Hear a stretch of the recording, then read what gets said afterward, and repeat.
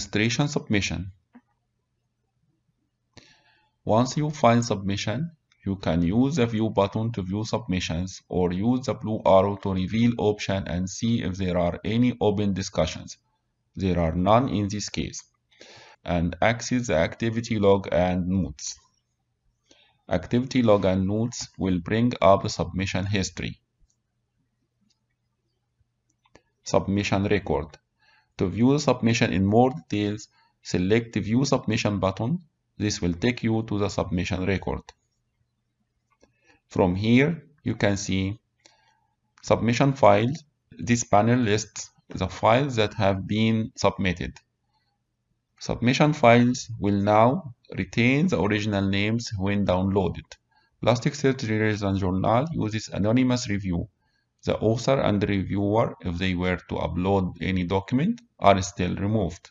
An example file name structure for the file downloaded by reviewer will be PSR review assignment 1 article text 8.docx. The numeric number corresponds with the manuscript number of the assignment. Peer review discussion panel. This allows the editor to communicate with the author or with others on the editorial team. For example, to ask the author for some additional information, or to ask the section editor to take responsibility for this submission. Action buttons. These include send review, accept and escape review, and decline submission. Notice that if you don't see these buttons, you likely have not yet assigned the submission to an editor.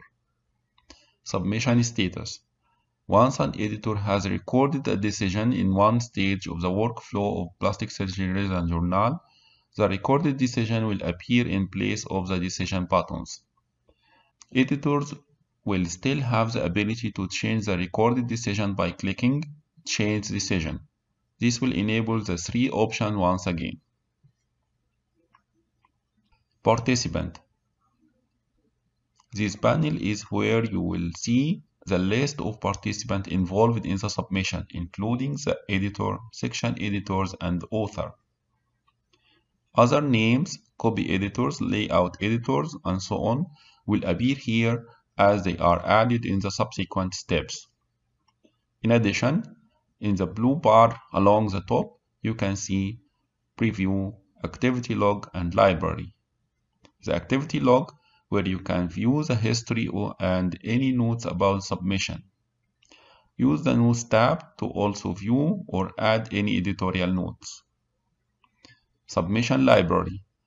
The Submission Library is a general storage area for documents that may include conflict of interest form, galley approval form, and so on. A user can upload the completed form from their manuscript in their submission library. The uploaded forms will also be available to all participants, with the exception of reviewers, assigned throughout the editorial or production workflow to edit or upload or re-upload new revisions. Document Library. Users through the editorial workflow will be able to access all the files in the publisher library, made available by the journal manager or editor through opening the submission library and clicking View Document Library Preview. It shows how submission will look when published with its current metadata and galleys files by clicking Preview. Metadata, where you can view and revise submission metadata. Users can be granted permission to revise certain submission metadata at any stage of the workflow. Granting author permissions.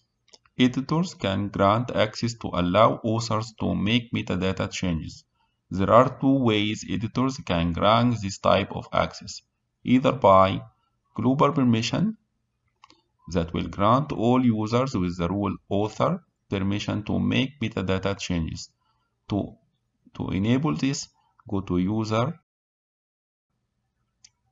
and Rules,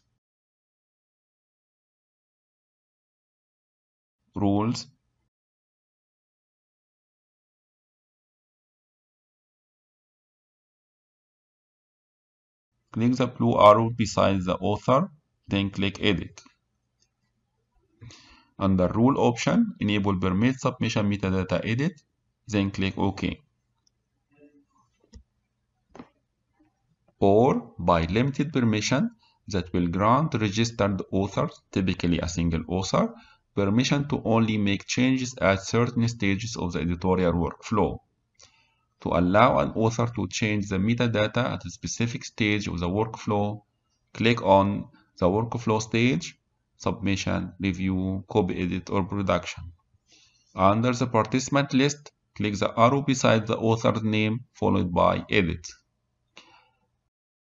Under permission, enable allow this person to edit publication details followed by OK.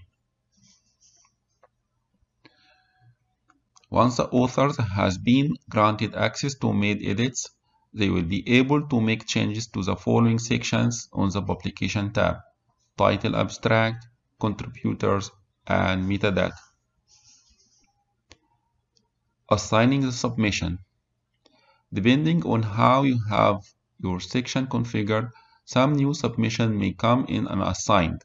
If this is the case, the next step is to assign an editor or section editor. To do so, select the Assign link in the participant panel. You will have the option to locate a user by rule. Choose an individual and send them a message requesting their assistance. If you aren't sure the names of the section editors, simply choose that rule from the drop-down menu and then click the search button.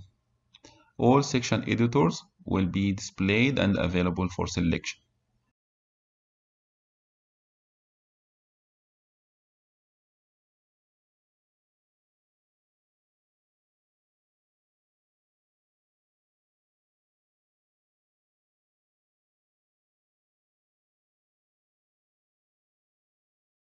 Click OK button to make the assignment and send the message.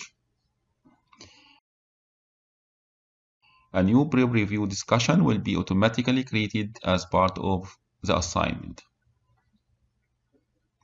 You can now see that the section editor is listed under participant and the action buttons are available, including Send to Review, Accept and Escape Review, Decline Submission. Send to Review. These buttons move the submission on the next stage. Accept and Escape Review. This button skips the review stage and moves the submission directly into copy editing. Decline Submission. This button rejects the submission before going through the review process. The submission would then be archived. There is an option to revert the decline decisions in the submission and review stage. This can be done by clicking Change Decision followed by Revert Decline. After a decline decision is reverted, the submission is restored to its previous stage and review round if active.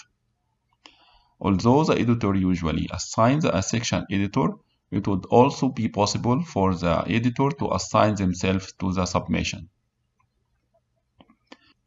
Once the section has selected an action, the submission status will change and the action buttons will be disabled.